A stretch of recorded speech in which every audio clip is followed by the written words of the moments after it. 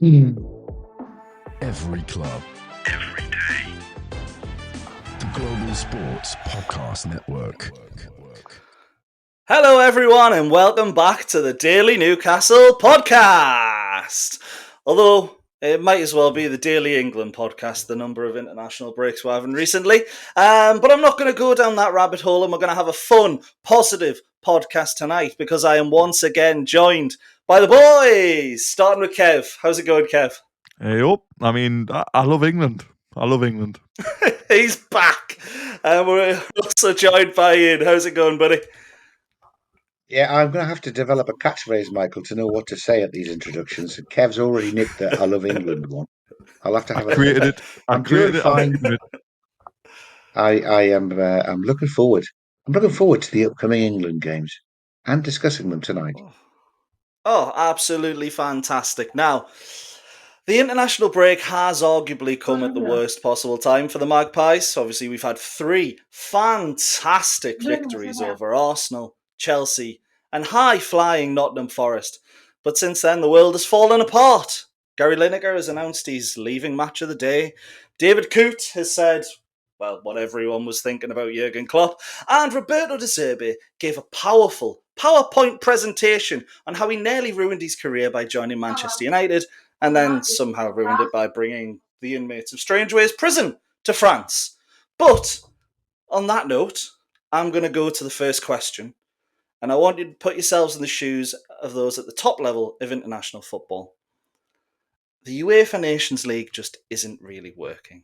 Nobody cares, and the clubs are seriously annoyed about the number of international breaks in the opening months of the season. So, put your money caps on. How do we fix this? How do we keep people interested in international football, but still keep that dollar coming in that keeps FIFA off everyone's backs? And, keep the likes of Man City happy at the same time. Who wants to go first? Can I just say, Michael, we might spend 10 minutes discussing what we could do and end up inventing a European Nations League to play in between the years when there are big tournaments on. Because if you think back a couple of European Nations League championships ago, when we were playing Italy and Spain, and we had some meaningful friendlies that were actually really challenging, and we all watched. That's what friendlies should be. Sadly, the European Nations League at the moment is a little bit duller because we were so bloody awful in the last one. But lost 4-0, 4-1, home and away to Hungary and got relegated. So we're condemned to play Greece, Ireland, and Finland. And we're not even going to get out of this lot because Greece are going to take more points off us than we're going to get off them. So it's all down to us. It's down to us. I think we've invented the tournament to put some sort of meaning to international friendlies. This is my wife, by the way. Hello. Hello, Ian's wife. I love England. It's a pitch invasion. Pitch invasion. What can you do? Hello. We're keeping that in, by the way. Keep it in. My God. Keep it in. I'm glad you put what England will do this weekend. I thought I was making some good points there, and then I suddenly saw her just here. Never mind. And it's live. Anyway, that's my point, Michael. I think we've done it. Let's not talk about trying to reinvent the wheel, because the wheel is the European Nations League. We just have performed in it so poorly that we don't think that the games are meaningless, and it's our own fault. I love how Iain started his point with measuring in a few Nations League campaigns ago. I had absolutely no idea what year it was, what summer it was, because you kind of do have a point in terms of we care less, but then Ian's actually made a very good point of we care less because we can't get in the top league. We're just not good enough. I think I've said on a previous England pod we did, I would quite like to have like a cap on which players can play, because the players are playing a ridiculous amount of games. We've had 9 drop out, which must be some sort of record. So it just leaves me thinking, can we maybe just have Nations League games where you can only select players with less than 20 caps, less than 30 caps, almost like a in between old England reserves and the actual England team. So you actually see fresh players. It makes you more likely to watch, because I would much rather watch Hall, Livramento, Gordon, who else on my fringes, Watkins, Curtis Jones. I'd actually rather watch them than the same old Harry Kanes and the same old Fordens who flatter to deceive, in my opinion. But I don't know. That would get me watching it personally, but it's probably not a very popular choice.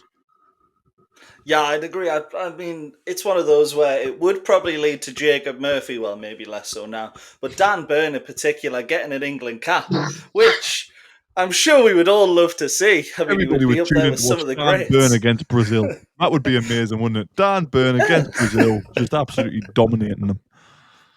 We saw Yeah, what but he did to Mbappe. it's going to be a long time before Brazil play in the European Nations League, though. Let's be honest. I was just talking about friendlies or Nations League, but yeah, you're right. We're not going to play in Europe. I Well, think maybe combining them so what would make it good. I get your point, Kev, and it's not a bad idea. However, what you're then doing is you're just dismantling any friendlies, international friendlies, because you're only going to put your full team out during the tournament, which I think you would play what's your the point full of having team. any of them? Yeah, you would play your full team and obviously the Euro qualifiers and World Cup qualifiers, and you would have your likes of Harry Kanes and Fordens in there who, well, not so much Harry Kane, but definitely Phil Foden, who let us down quite a bit when they play for England. Somehow we're not the same player. So I think you would get the proper team then when you're preparing for a tournament. But I just think the Nations League is so... Nobody really cares if you win it or lose it, I don't think. Like, when England got relegated, there wasn't, like, mass outrage, was there?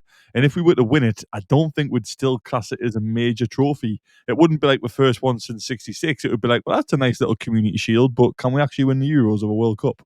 So Yeah, it's a difficult 100%. one. I think if you want more eyes on it, you've got to play players who people aren't used to seeing. So again, the likes of Curtis Jones. I mean, I know we said Dan Burn as a joke, but I mean, look at the centre half. Centre half issue, Dan Burn might get a game. You bring players like that in, you will get more people watching because it will be quite intriguing. And also, it might actually improve our European qualifying campaigns and World Cup qualifying campaigns, because if Dan Burn does come in or Curtis Jones does come in and shows an incredible amount of quality, yes, against players who have less than 20 caps on the other team, but they've got more chance of getting called up for the senior team. So somewhere in between for me. But like I say, if I was part of FIFA, I would just sit back, let it carry on, create more games, and give myself a massive pay rise at the end of the year. So, yeah, that's what I would do. Massive pay rise does sound good indeed. I hope my boss is listening to this, but probably not. But what I wanted to suggest was, and the reason I bring it up is, do you think it would work if we cut the number of games in the tournament in half, but then made it so if you won League A, a group in League A, you were automatically automatically qualified for the Euros, and then you play the games to see who wins the UEFA Nations League while the qualifying for the Euros is going on. So then you've still got the same amount of you don't have the same amount of games. You're not breaking up any of the games. You still have given people equal amounts, but at the same time, you're getting 2 less games a season, which is 1 less international break at the bare minimum. Clubs would love that. We'd all love that. And it would actually, it would actually make you want to win the UEFA Nations League groups, because I'll be honest, I didn't know we were doing as bad against Hungary, Germany, and Italy, I think it was, than we were. I only paid attention after we got battered by Hungary. I didn't really care. And I think we need to bring that back. I tell you what would be great about that. I think just to go wild, right? We either do your sensible option, Michael, which is actually quite a good idea. I think that would potentially make it mean something and make people watch it. But now I've just got in my head going the complete opposite and just going silly. So like different cards captains can play. So if you play like the double goal card in the next 4 minutes, goals count double. And then just like, that would be amazing. And then you have like a suspension card where you can make any other player leave the field for 4 minutes, and a joker card where you can like sin bin people and steal other people's cards and just go absolutely wild with it and just see if people watch. I mean, that might work. Oh, so we're I effectively don't bringing Gerard Piqué's Kings League, I believe it is, or That's something what like we're that, doing. into national That's football. what we're doing. We're bringing it to national football. We're going 11 aside. I think there should be a card where one fan jumps on the pitch and is allowed to play for 5 minutes. Hey, that'll get a lot of fans going, imagine. Well, I think you should just get rid of the ball completely and let's bring back Jeux sans frontières. You know, I know Eddie Waring and Stuart Hall are both out of picture now for commentating on it, but I mean, I'd be happy to do that. Oh, he's fallen on his bottom. See, yeah. That sounded more like You wouldn't even need football. You wouldn't need footballers, would you? Zippy just made a guest appearance on the pod. You wouldn't need footballers, and they'd have less games to play. Problem solved. There we go. We Do fixed. a fans nation league where there's trials and you might actually get to play against like other fans from different countries and make that the Nations League. That'd be funny. Right, when I played at St James's Park earlier in the year. Little brag there. I came on the second half for 15 seconds, ran on the pitch as a substitute, and tore my hamstring.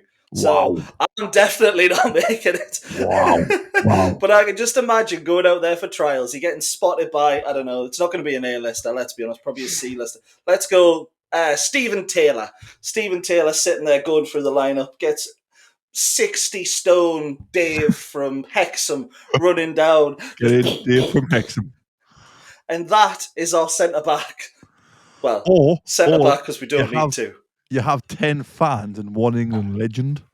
So you have like 10 fans, and then like Gaza, just for the crack. That would be amazing. Imagine like 60-year-old Gaza running around trying to play with like normal people. That would be a right laugh. I'd be up for that. I'd watch that as well, even if I didn't get picked.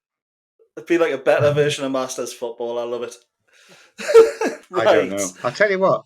I think I'm going to read this advert, Michael. It's gone very silly in here. Just how we like it. Now, we fixed the UEFA Nations League format, and we've probably made the Confederations more money with less games, or at least maybe I have, maybe not the other ideas. But, as Iain says, we'll move on to our first sponsor of the day. And in protest at how many international breaks there are at the start of this Premier League season, I'm going to read the old Zencaster advert. It's got a bit silly in here. Do you have a story to tell that the world needs to hear? Have you struggled with reaching the audiences who are engaged with your story? It might be time for you to start a podcast. Let me tell you about a platform we use here at Global Sports Podcast Network. Zencastr makes it easy to start a high-quality podcast built for growth from day one. With 4K video recording from your phone and AI editing that automatically removes ums, ahs, your nose, and 22 other speech patterns, Zencastr makes it super easy to start a podcast that sounds great. Ready to tell your story? Check out the link in the show description to learn more about Zencastr. We love you, Zencastr. We do. We love you, Zencaster. We do. We should love you, apologise We do. to Zencastr for the interruption at the start of that advert from our psychotic and deluded host. Come back, Michael. Start it. That's a little rude, but Zencaster, we love you. We're all turning on each other now. I like it. Well, there'll be a walk now. You're in my home now. Here we go. It's all right. I just have to outlast Iain. It's fine. Go. And on that note, we're back. And I'll tell you what, even though we are talking about England today and not Newcastle, I'm very happy to be here. What about you, lads? Delighted. You can tell. I love England. No, I am. Look, Michael, I'm interested. I'm going to watch these games. I think when we chose whether it was going to be Tino or Lewis Hall who got the first cap this season, we should be glued to that first game to see which one gets subbed on first.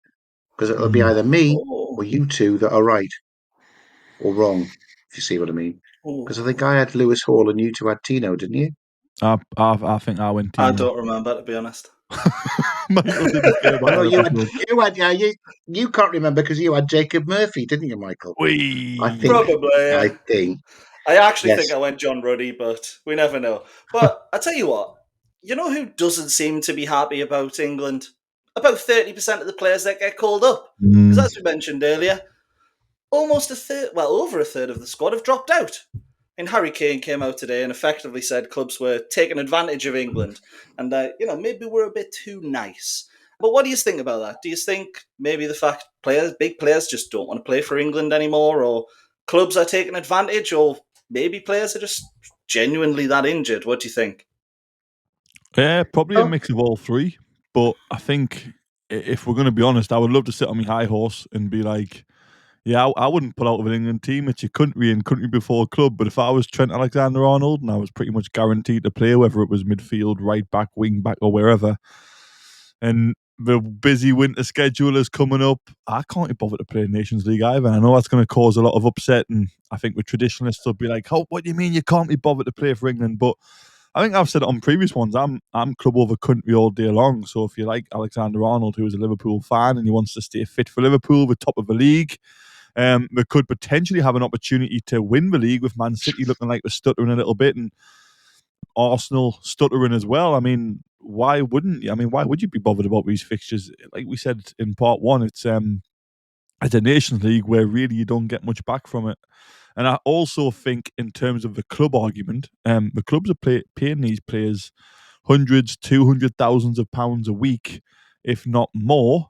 Then I do want to protect my asset. I do want to protect the person I'm playing for, and not that they own that player, as in a human, but they do own that player in terms of a footballer, and they belong to Liverpool or whoever else is pulling out. So it's a case of, well, actually, I'm not going to pay him £250,000 a week for him to sit on our injury table because he went to play Greece in a Nations League game. I want him playing in our title challenge where we could win our second Premier League or our first Premier League in front of fans for over 30 years if you're on Liverpool seat. So I do understand it. I'm not as against it as I thought I would be when I heard it. But I think the good question to ask is if this was Thomas Tuchel's first game, then I don't think many of them would be pulling out. I think we'd be wanting to make a statement, but I think the FA have got nobody to blame but themselves, have they? Because if you bring Tuchel in, make him manage from now. I think from January it was only 14 games or 12 to 14 games before the World Cup. So why not give Tuchel 16 games? So it's a great I think point. the FA have themselves to blame here. They've left Carsley in charge. The players know that we don't need to impress Carsley. People argue that Tuchel will be watching, but Tuchel will make a decision on who he sees in person, who he sees in training. So it's the FA to blame as well. I think it's a mix of all them things. If Tuchel comes in, put him in straight away. Some of these players won't be pulling out, the ones who aren't injured. Yeah, absolutely spot on. Do you agree, Ian? I certainly agree that it's low on the list of priorities for both the players who've got 60 games to play with their club team this season before they start playing internationals, and the clubs themselves very low on their list of priorities as well. It kind of self-selects back to what Kev's original idea was, that it's only the players who've got less than 25 caps that can get picked to play for England, sort of. Although there are the aberrations like Harry Kane, who will always put his country first. Because, I mean, if he'd been born in a different time, it would have been Winston Churchill, wouldn't he? Yeah, I mean, I am shocked that 9 out of the 22 have pulled out or whatever it is, but I totally understand it. I wish it was Look at 10. Man City's season has been completely derailed by the fact that Rodri has just basically crashed and had his ACL injury because, having complained about how much game time he'd had over the last 18 months, right up to the point that his knee went click. It's a fact, and they've got to protect themselves. So I don't blame them at all. I think with the Rodri case as well, I really like Rodri, so I feel quite bad saying this, but it's almost a little bit of karma. Like, I mean, you can't say you're going to go on strike when you're earning £250,000 a week, and there's actual real people doing real jobs for like £8, £9 an hour who aren't threatening to strike, and Rodri is saying, I'm going to go on strike for a job which billions of people would kill for, and a salary which almost everybody in the country would kill for. So I don't like to see any player get injured, and I feel a little bit bad saying it because I do like Rodri, but that threat to strike, it's almost like karma just struck him down. It was like, yeah, okay, whatever, you're earning 250k a week, you're not striking. But I do wish it was 10 players who pulled out because I don't want Gordon going. Gordon came off with like a slight groin injury and he's going to play for England. I don't want him there. I don't want him. I want Anthony Gordon fit for Newcastle's winter fixture that's coming up. I wish it was 10 who pulled out. It's a strong point. I suppose the benefit for us as Newcastle fans is we can take that as Anthony Gordon's injury isn't maybe as serious as we first saw. I mean, I know when he came off, I was thinking, oh, is that going to be 1 month, 2 months? Are we going to start having these injury issues again just when we're starting to play really good football, when we're starting to play, pick up and be the Newcastle we know we can be? But I just picked out a few players who have pulled out of England games recently, and just what they did in sort of their last game. So Ollie Watkins, for the first international break, pulled out. Bad injury, apparently. Scored a brace against Everton 4 days after the Finland game. Cole Palmer played a full 90 minutes when he didn't need to as Chelsea beat Bournemouth. And then, the rest, we've sort of seen, they have had those injuries, but I can definitely see where they're coming from when they say, oh, England players, and potentially it's the clubs more than the players, saying, right, we're going to take advantage of this because we've pulled Cole Palmer out 2 or 3 times now and no one said anything. It's Lee Carsley, his last game. I'm not saying he's not going to care, but it's not really an issue that he has to think about. And he might not even be in the England fold in general if they don't want to take him back into the under-21s fold. So it is a very interesting solution, but the injuries, or the pullouts, should we say, mean that we might actually see Anthony Gordon, Tino Livramento and Lewis Hall feature for England this week. Is that exciting to you at all, to see 3 Newcastle United players potentially in that England 11? Ian, what do you think? I'm very excited to see it. Yeah, I mean, for a long time, we've lived on scraps in the England team, haven't we? Hoping Kieran Dyer will be brought on as a substitute. It's a long time ago before we could guarantee that Waddle and Beardsley were playing. You guys can't even remember that, I don't think. Nope. Yeah, so how many England players have we had? Alan Shearer? Michael Owen. Kieran Dyer a little bit. Kieran Dyer. Michael Owen got crocked playing for England. He was out for more than a year after he played for England. When his top half of his leg went in a completely different direction to the bottom half of his leg, and he was never the same player again. So I would be absolutely thrilled to see 3 Newcastle players take the field together. What I would hope that somebody would notice is that if Gordon's playing on the left wing and Hall is in left back, they need to have Joe Willock in the squad so that he can play in left side of midfield. Let's see that work. And Longstaff. Get Longstaff in there. Should we just make it the full England 11 without Eddie? Sorry, the full Newcastle 11 without Eddie Howe, Joe Linton, Bruno, and a couple others, and just see how they do. See if it's Eddie Howe that's just that fantastic, or the players are just that good. I don't think Willock's far off. Eddie Howe. I don't think Willock's far off. No, I agree. I think if he can stay fit this season, someone mentioned him in the England pod, and I think it might have been you, Ian, that he could have an absolutely fantastic season this season. And if he stays fit, from what we've seen. He is my dark horse for Newcastle's player of the season, Joe Willock, if he came back fit. And it was dodgy for a few weeks, but I was absolutely, I think I mentioned when we talked about the game, he just played with a smile on his face all of the way through that game. And that's because he's confident that his body's not going to let him down. I think, that's a long shot still, but I wouldn't be surprised if Joe Willock wasn't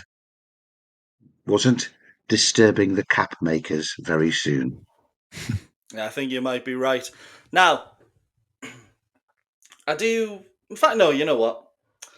Lewis Hall might be England's solution to their left-back problems for the next 10 years, and Joe Willock could easily be in there as well. But your solution to having an empty podcast spot in your Spotify or Apple podcast selection is actually going to be answered with our next advert. It really is. It really is. This podcast is part of a global sports podcast network, the only network bringing you exclusive daily news and views on your Premier League team, the Premier League, women's football and fantasy football. A unique listening experience that puts fans first, bringing you the very latest breaking news from your team. Subscribe wherever you get your podcasts and make us your first listen every day. Global Sports Podcast Network, every club, every day. Absolutely fantastic. And I'm going to start this section off better than I finished the last. So, England going to this set of games against Greece and Ireland, need to win both games realistically to qualify.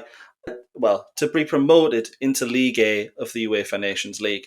Now, the defeat against Greece has put England in a bit of a compromising position, should we say. So first I ask, if England lose to Greece and fail to get promoted from League B, is this one of England's biggest failures in recent history? Is it up there with the 2008 Wally with a Brolly, or is it a bit of an overreaction? What do we think? Is the answer, because I don't think anybody really cares about a Nations Well, League. you're saying that, but losing at home to Greece is what put the kibosh on Lee Carsley keeping the job. It is, but You I know? think True. in terms of like not doing well in the Nations League, I don't think it's ever going to be looked back on in history, is it?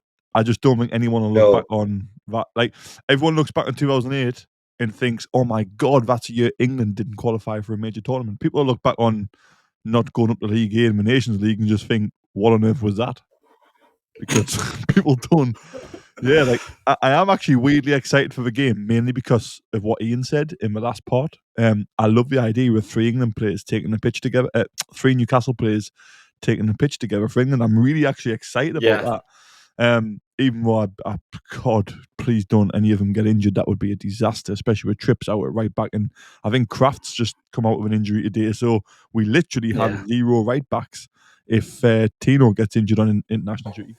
But back to the question, Well, I don't think it would be a disaster because, like I say, it's for nation. I don't think anyone's going to look back on a Nations League campaign ever.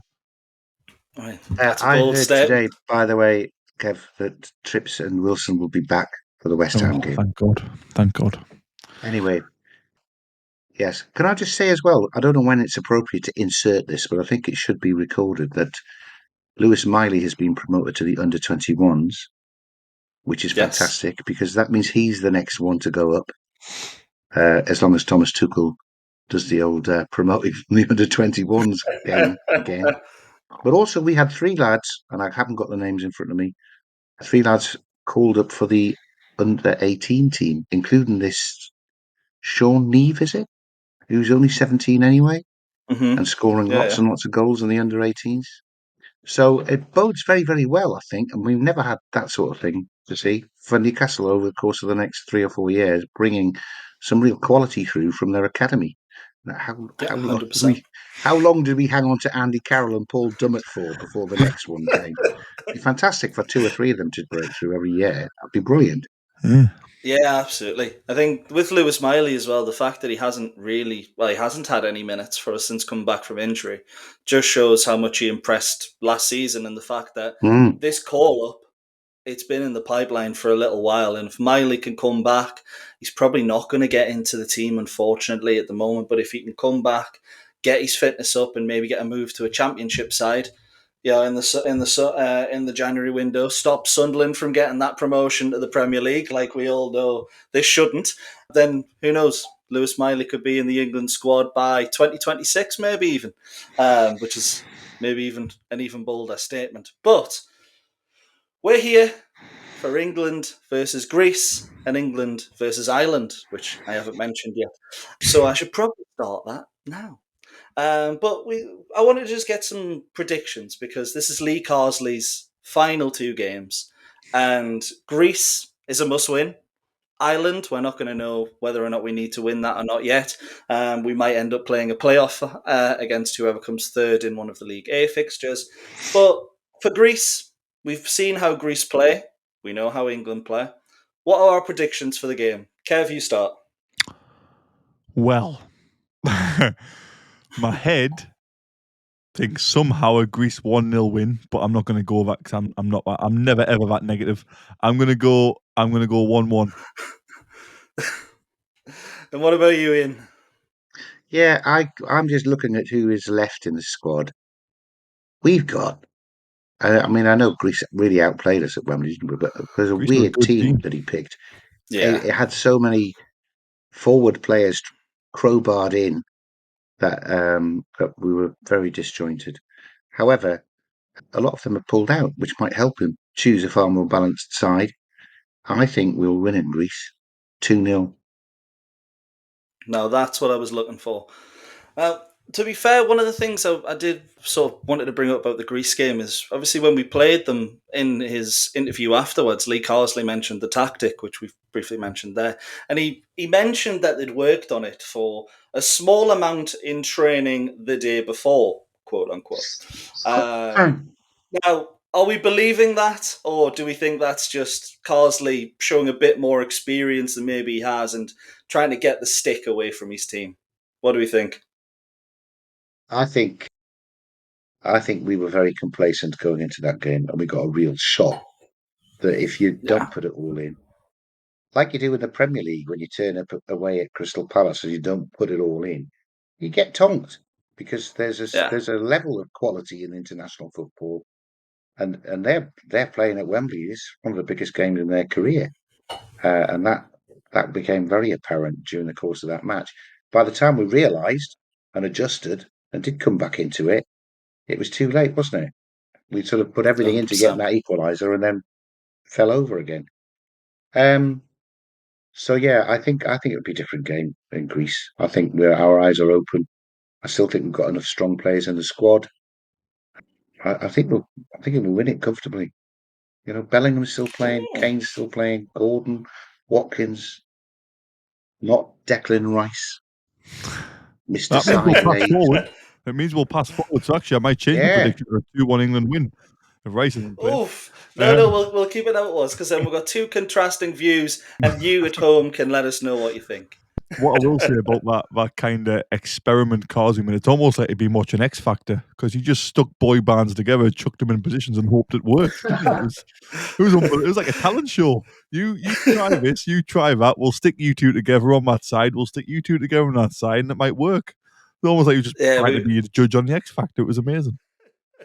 we went in one direction, but it wasn't the one we wanted to go in. But on that note, take that. they were still. Mm.